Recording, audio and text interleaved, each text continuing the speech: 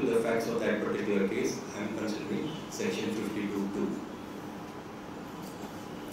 The Supreme Court therefore says that maybe the literal interpretation is leading to this conclusion, but it is resulting in an absurd result which would never have been the intention of the legislature. And therefore, the Supreme Court goes that far to say that the courts therefore are entitled to do some jugglery or make some changes in the words to read them down. Therefore, what was ultimately held is, it is not only that there must be a difference between the consideration and the fair market value, but the department must show that you have received something more than the consideration. The moment you show that you have received even 2 rupees over that consideration, you can substitute the fair market value, fair enough.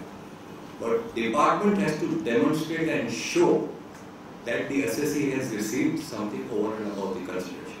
Only then would the provisions of section 52(2) apply. They have done some violation to the language of the statute for the reason that but for that it would lead to an absolutely absurd conclusion. That is how it has been interpreted. Some wise person may now ask, what about 50C? That's the first question that comes to mind. Fair enough. See, in 52(2), if it were interpreted in the way the department was seeking to interpret it, it would be held to be unconstitutional. That is why they have said to retain its constitutionality, this is how we are reading it. Now you will again say that 50C has the same problem. You have been sought to be assessed on something which you have not received. Fair enough. But 50C has got saving provisions. You can raise an objection before the AO that the stamp duty value is not the fair market value. That is the saving provision embedded in 50C. That is why when the provisions of section 50C were challenged as constitutionally not valid, the Bombay High Court, I think Bhatia Nagar premises this Bombay High Court decision saying that 50C does not seek to tax you on something which you have not received, because you have got an opportunity to demonstrate that the stamp duty value was not the fair market value. That is how the distinction between 52(2), the decision in Varghese case, and the presence of section 50C.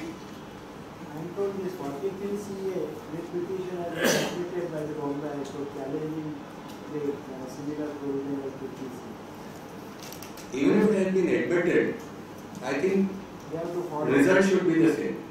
Because 50C is for capital gains and 43C is for business income, the same logic. But again, the same saving provision is there even in 43C. So, in spite of this 50C, now if there is a 54EC situation or 54F, the person cannot invest something which is not received. How do you see that? If you can.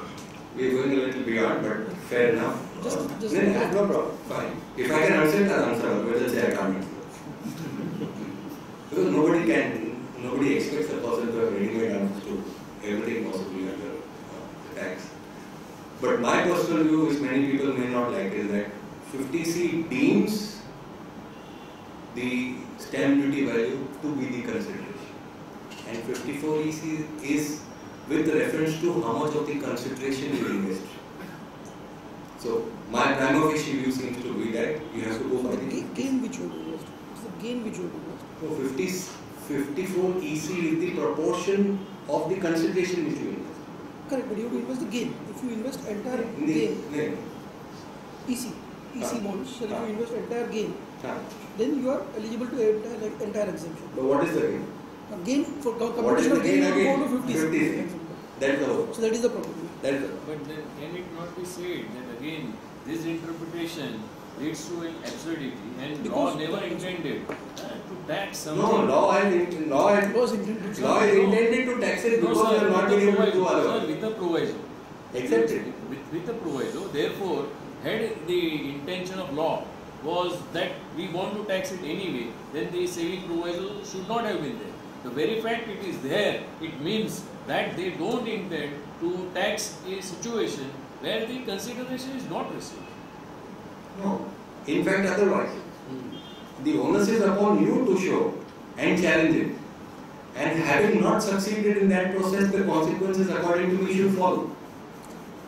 How But can how, having see, not- sir, how having not- no, Yes, sir, yeah. can you share some thoughts on how does one then prove this, that he has not received? See, do you prove where I have received and where it is invested, rather than asking me to prove that I have not received. Anyway, I am Can go to my document correct I will specify. See, in normal circumstances, what you say is right. But 50C has that provision pertaining to your making an objection and satisfying the DU, etc. on the correctness of the value. So only once you lose on that, if you succeed on that, obviously the consequences follow. If you lose on that, if you are not able to prove, again according to me, the consequences should follow. That's what my opinion is. You may not agree with it, it's fair enough, but that's my opinion. Similar thing also will be Singha decision Supreme Court for presumptive taxation. Correct. 206C. Yeah. Not 206, 44. 206C was the corresponding Yeah. for tax collection. Okay, another example of this kind of situation. Absurd situations which could not have been envisaged by the legislature, was not intended by the legislature. Godla's decision, Supreme Court. 156 ITR 323.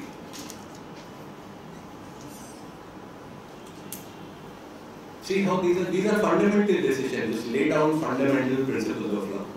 We are fortunate that relatively when the law was developing, we were around. Of course, I'm not junior relatively, but still some of these fundamental principles have evolved. Kotla's decision was dealing with clubbing, section 64, 16.3 at that point of time, under the 1922 Act. This assessee was carrying on some business in which he had certain unabsorbed losses. Now he transferred some of the assets of this business to his wife and minor child, who in turn introduced these into a firm with a third person, and they were earning income from that firm. Because of the clubbing provisions, the income that the wife and the son were earning from that firm, the asset being transferred from the father, clubbing provisions applied. Therefore, their share of profit from that firm was clubbed in the hands of this assessor. Facts are clear? So that income from the firm was clubbed in the hands of this assessee. And this assessee claimed that the unabsorbed losses which he is having from the same business must be set off against this income. This came up before the Supreme Court in Godla's case. That time the condition under the corresponding section 72 was that the assessee must continue to carry on the business of which he is claiming the loss. So department says, you are not carrying on the business. So where is the question of set off of that unabsorbed loss? Supreme Court is saying, what you are saying is absurd. On the one hand, you are taking that income and clubbing in my hands as if it is my income. Therefore, you must read into the provisions of 16.3 as it stood then that this is the business being carried on by me. And therefore, that assessee was held to be entitled to the set off of those unabsorbed losses.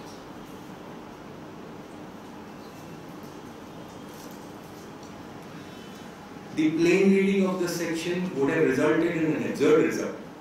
On one hand, you are saying that this is your income only, and on the other hand, you are saying that you are not carrying on this business. So that is why the Supreme Court says this absurd result was not what was intended by the legislature. The provisions of clubbing mean as if you are yourself carrying on your business, and if that be so, then the condition of then section 72 stands satisfied.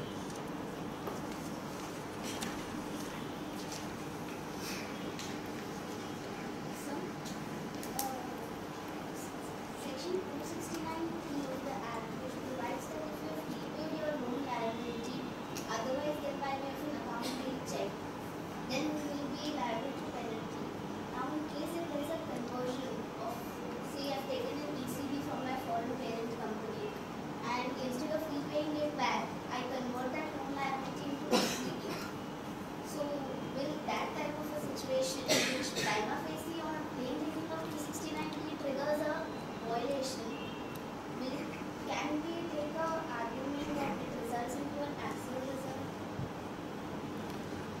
I personally feel there may not be a case to apply this principle in that situation. But I would like to raise another argument that 269T requires that there must be a repayment. There is no repayment in this case. It's an adjustment. Therefore, for that reason, according to me, 269T should not apply. And there is a direct Bombay High Court decision, Justice Devdas decision. I don't remember the name. There is a direct decision. There are some observations in that which are a little problematic, but principle has been accepted. It is not a repayment, it is adjustment.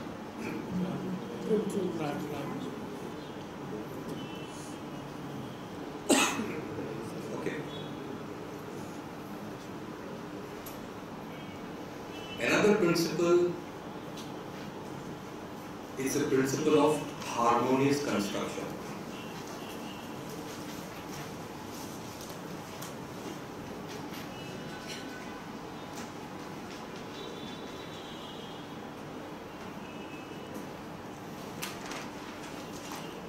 This principle says that you must adopt a harmonious construction so as to harmonize the various provisions of the Act. You should not read them in a manner that they become inconsistent with each other. You must read like a symphony as far as possible. So you must construe them harmoniously so as to give effect to the intention of the legislature. One decision you can read, it's a rather detailed decision, but I'll just give you the citation which deals with this principle of harmonious construction. Is a decision of the Supreme Court in 259 ITR 449. Hindustan Bulk Carriers. In fact, this decision discusses several other principles of interpretation also. This is one of them which were applied. I don't want to bother you with very many details of this decision, but I was dealing with a case of interest under 234B when the SSC had gone to the Settlement Commission and the first order assessing the income in that case was passed by the Settlement Commission. The issue arose as to up to what date is the 234B interest levied. Ultimately, Supreme Court says on a harmonious construction of all these provisions, 234B, 245D4, 234B subsection 1, 2, 3, all have to be harmoniously taken. And the ultimate result was, Supreme Court held that you have to levy the interest under 234B right up to the date of passing the order by the Settlement Commission under 245D4.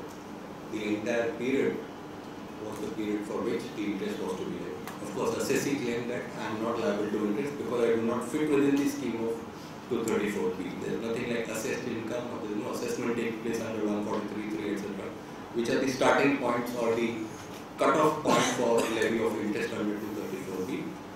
Long discussion by the Supreme Court, harmonious reading of all these provisions. They say what would happen if an assessee who is honest enough and he discloses his income partly to the AO, he discloses full income to the AO. Considering all these situations, this is what the Supreme Court said.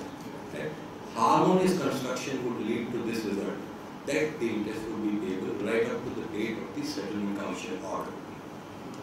Quickly, another decision which deals with the scheme is a decision of the Bombay High Court, which is now before the Supreme Court. Let's see what happens. Mandula Shah, 355 ITR 474.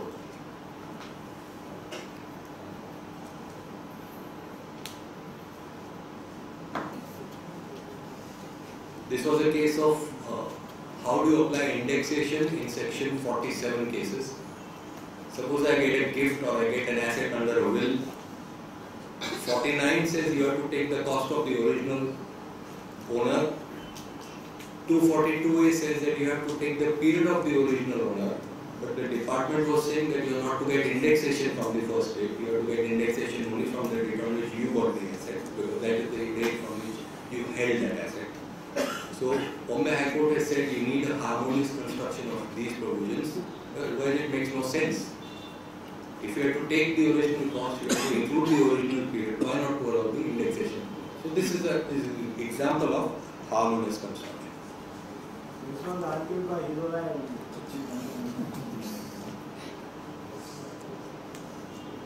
Can we say that harmonious construction is in conflict with literal interpretation? See, I said that literal interpretation is the first and fundamental principle. Only if there arises some doubt or dispute, then you go into all these other situations. Literal interpretation is fundamental.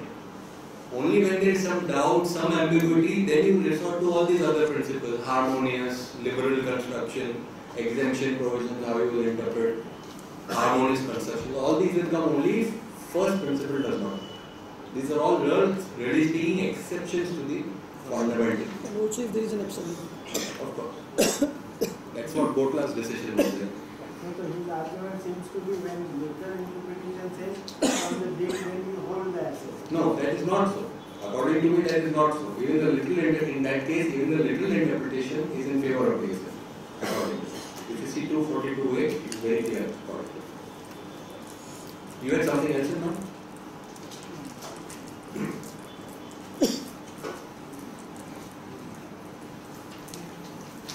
Okay, we now come to another principle of strict interpretation.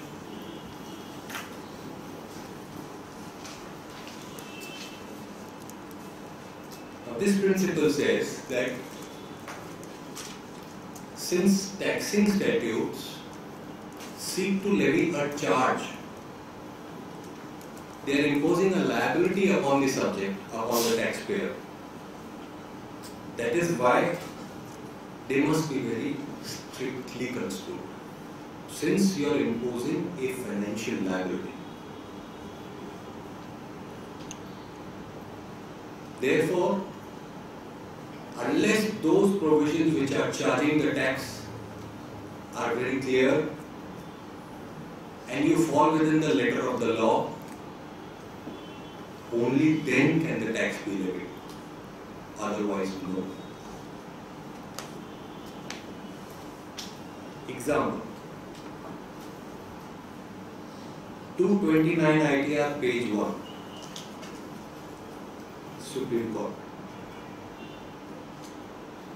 Commissioner of Wealth Tax versus Ellis Bridge Gymkhana.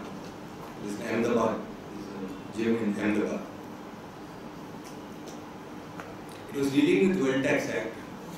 At that point of time, the Wealth Tax Act charging section 4 or 3, charging section said, wealth tax shall be chargeable on every individual HUF company. The assessee was a Gymkhana, and it says that we are an AOB or BOI. We do not fall within individual HUF company. Department tried to argue a lot that individual must be given an extended meaning so as to cover these. Supreme Court said nothing to it. This is a charging section. Look at analogous section of the Income Tax Act. It levies tax in the respect of income of every person, and person is defined in 231 to include everything, specifically AOP, BOI, etc. If the intention of the legislature was to levy wealth tax in respect of AOPs, it could have included AOPs there, which was done later on because of this decision. That is why the Supreme Court says this charging section strictly construed, you do not fall within the letter of the law, and therefore strict interpretation principle applies. You are not liable to wealth tax.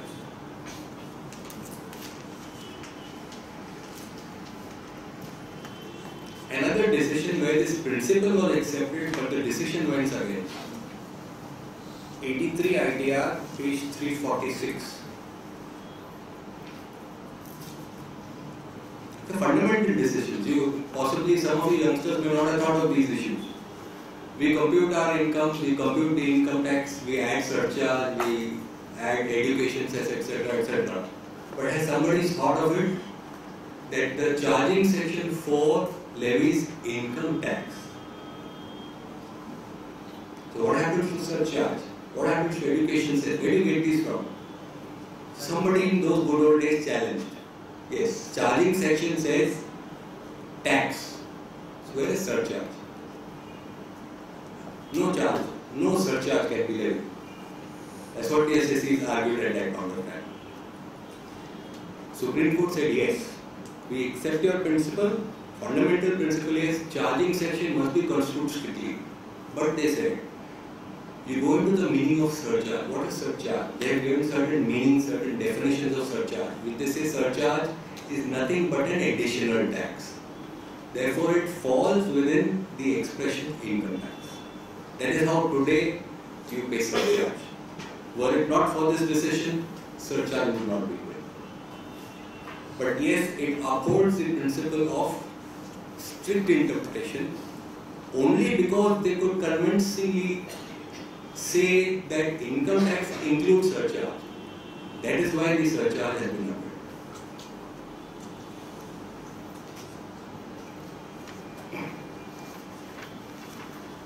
Strict interpretation, yes, it is a very settled provision now, very settled principle of interpretation. That is why even the legislature is ultra careful when they make charging provisions. A wonderful illustration is Section 1150, Dividend Distribution Tax. If you read that carefully, it says in respect of amount which you distribute, you shall be liable to pay in addition to income tax. Otherwise, the assessee would argue that I have already paid my tax. That is why the charging section is so carefully drafted to say, to squash this kind of an argument, to nip it in the bud. And even if you say you have paid income tax, this is in addition to income tax. Then they say, assessee may argue, okay, I am not liable to pay income tax at all. Then what happens? Then subsection 2 is also there, which says that you will be liable to pay dividend distribution tax even if you are not liable to pay income tax. So this is how charging sections are supposed to be drafted, and that's how they are drafted. If there are fundamental flaws in charging provisions, this principle will knock it off. Strict interpretation. And of course, strict interpretation applies to charging sections, to deeming fictions, whole lot of such things which levy some charge. Say for example, charging provisions. Section 64, clubbing provisions. Very strictly construed. They have to be. Because it is deeming something to be what it is not. Another example, 222E, deemed dividend, has to be strictly construed. You have to fall within the plain letter of that law. If you do not fall within that law, how Supreme Court interpreted 222E? Fundamental decision, 83 ITR, Sarathi Mudalia, 83 ITR, page 170. If you see 222E, if there is any advance or loan to a shareholder, being the beneficial owner of shares, these are the words, shareholder being the beneficial owner of shares. Now what happened in that case? HUF had paid the money, but the shares stood in the name of the Karta or a member of that HUF. Matter went up to Supreme Court. Supreme Court says, even if the loan is given to the HUF, or even if it was given to the individual, are both these conditions satisfied? Shareholder being the beneficial owner of the shares. Shareholder is who? The individual. HUF is not the beneficial owner of shares. So HUF is out. If you want to tax it in the hands of the individual, he is a shareholder, but the individual is not the beneficial owner of the share. It is the HUF which is the owner of the shares, beneficial owner of the share. So you are out. This is how strict interpretation Supreme Court applies even to these provisions. Deeming provisions, sections seeking to tax something as income. Classically, this will apply even to penalty proceedings. Strict interpretation. You are trying to levy a penalty, you are trying to levy an interest. Strict interpretation. Smallest of chance you get in a penalty provision, I think you can get out. Yes. But strict interpretation need not apply to what we call machinery provisions.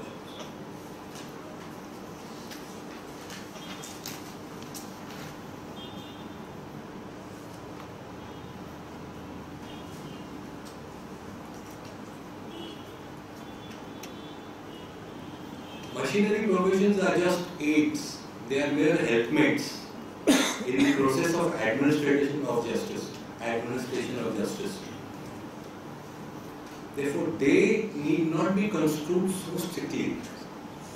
They must be construed in a manner so as to make the enactment workable. Classic example. There's so many sections in the Act which require you to file your audit report along with the return. So many decisions by now applying this principle. Saying that provision, what is mandatory is that you must get the audit report. But what is mandatory does not mean that you have to necessarily file it. Of course, to get out of any disputes, you should file it along with the return. But failure to do so would not become fatal because they say that is a machinery required. As long as the AO has it with him at the time of completing the assessment, the purpose of the Act is fulfilled. So even if you file it during the course of the assessment proceedings, it's good enough. I don't advocate doing that, but should a situation arise, this is the argument that would have to be taken. There are a string of decisions, including Bombay High Court.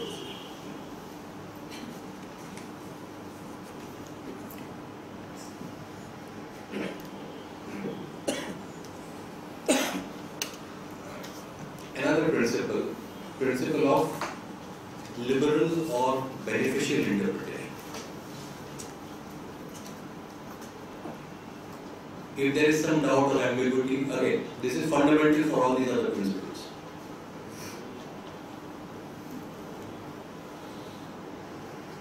Provisions dealing with reliefs, deductions, exemptions, and the like should be liberally, beneficially construed.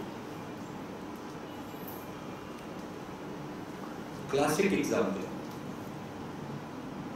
196 ITR 188 Supreme Court. Bajaj Tempo Limited.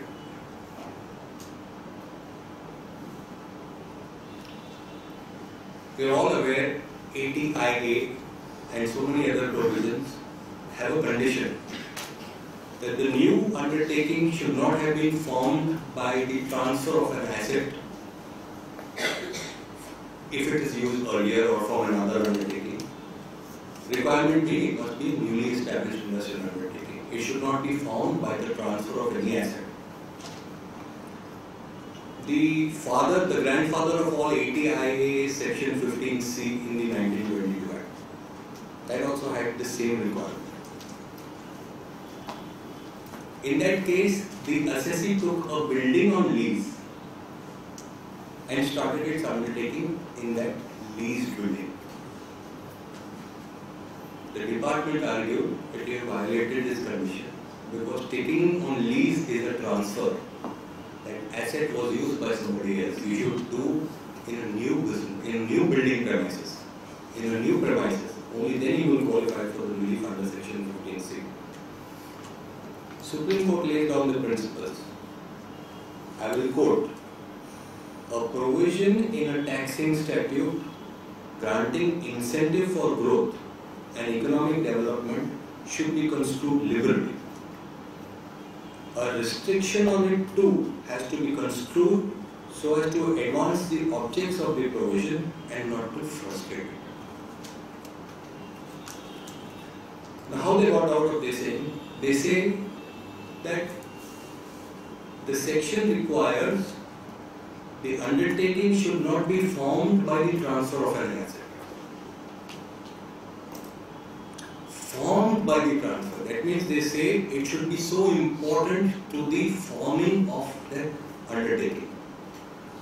They say in the facts of this case, this premise is not the most important aspect. It's not one of the most important assets without which you could get any other premises. That's not a problem. So you cannot say as if this undertaking had been formed because of this asset, and therefore that condition is not violated, keeping in mind this principle of beneficial and liberal interpretation.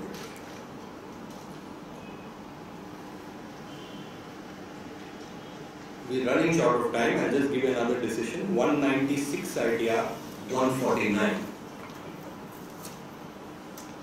Supreme Court. You can also read this. They say, again, something giving a deduction, something giving a relief should be construed liberally.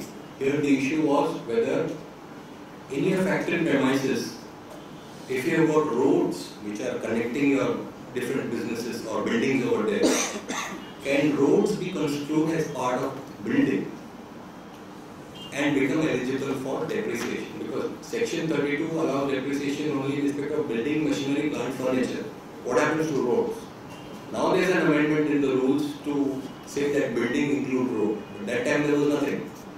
So this came up before the Supreme Court, and they say, see, later on also the amendment has been made in the rules so as to include roads within buildings.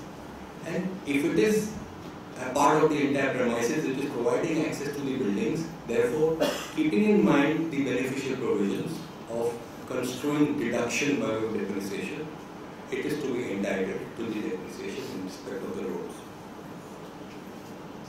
One exception, 204 ITR 412, Supreme Court.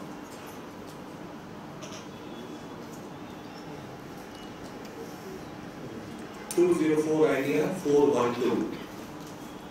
This says, this puts a qualification. It says, under the guise of a liberal interpretation, you cannot do violation to the plain language of the section in the name of giving effect to the supposed intention.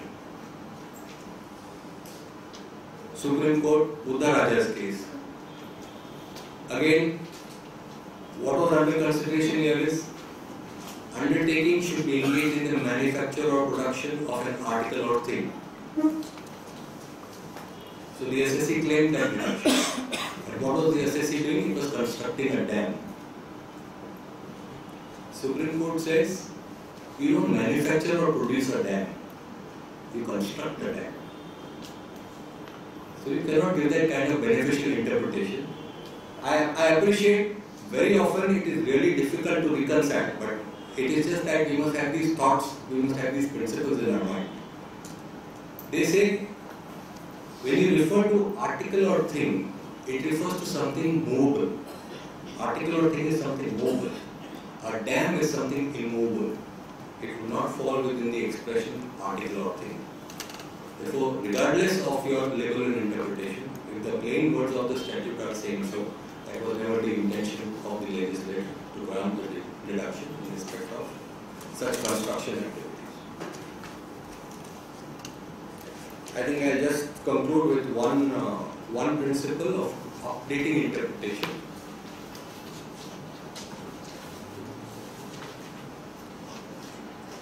This principle says updating interpretation. This principle says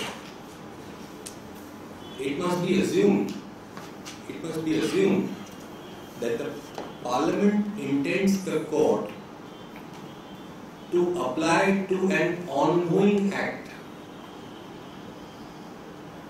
It is assumed that the Parliament intends the court to apply to an ongoing act, a construction that constantly updates itself to keep in tune with the changing times.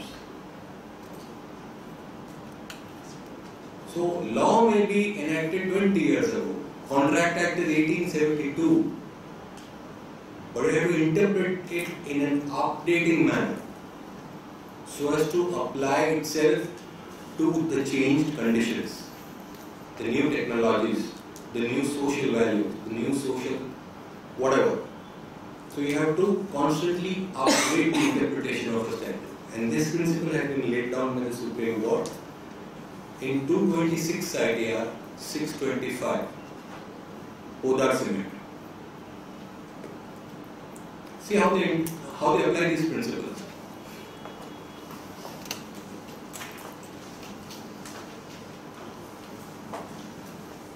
Requirement of charge under the income from house property is that you must be the owner of the land or building.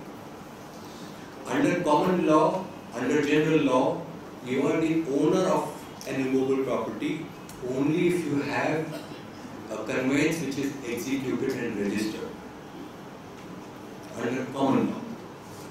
But here was an assessee who for all practical purposes had purchased the property, he only did not have a registered conveyance.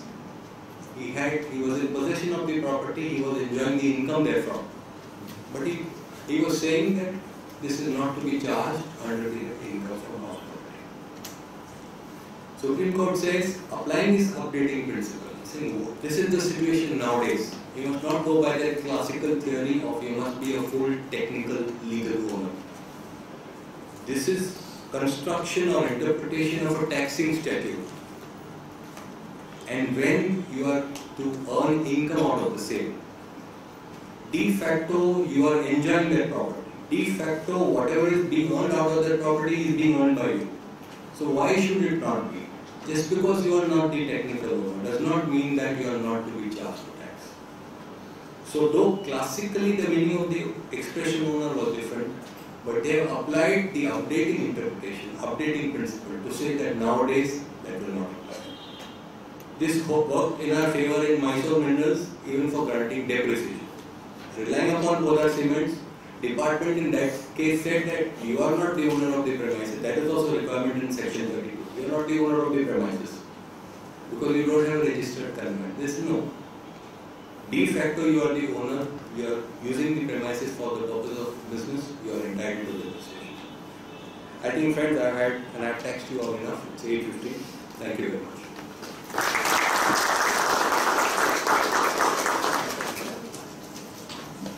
Friends, you all agree that if India wants to win the World Cup, which is just coming a fortnight away, we need Virat Kohli to play very well in the whole World Cup. That was the reason we were to give you the longest syllabus tournament. Though you may be having some grudge, we have to rely on a person who is technically sound, but at the same time he can be aggressive whenever required. That was the only reason for giving you that syllabus. And I am very much happy that you will not let us down today also as usual. It is always a treat to hear to yourself, and today was not an exception. I would request Rahul to of course give more of them, but before that, few announcements. One is that the Chamber is organizing its first indoor sports event, which is there on 1st February at Andheri Sports Complex. It is open for members, students and also family members. You can take part of that. Very nominal fees has been kept for that. It will be a very interesting event. It will be a lot of fellowship and it will be work to look for. We see many students also over here, and I would request them to have a look at the brochures which have been circulated. There is a essay competition of the chamber which is there, which is running since last 3 years, and this is the 4th year, the Nastu essay competition. It will be really inculcating the good habit of writing in the students. So it is something which the students should definitely look forward. And for registration of that competition, you should enroll at the chamber before 15th, and essays can be submitted by 28th of February. So you can have a look at the brochure, and also the website of the chamber is carrying that information. Please do take active interest in that also. With that, again, I am thanking Rico sir, and I would request Rahul to please propose a very hearty order of thanks. Thank you. As I said before, as we proceed with the session, go into the specific rules of interpretation, it will become more interesting, and I hope all of you will agree with me. Sir said that the subject or the subject interpretation of statutes is very subjective, but with this choice of case laws, explaining us the facts and why the need for interpretation arose, really made the entire sessions are very objective. And from here I could see that throughout the session, everybody's two eyes were only on sir.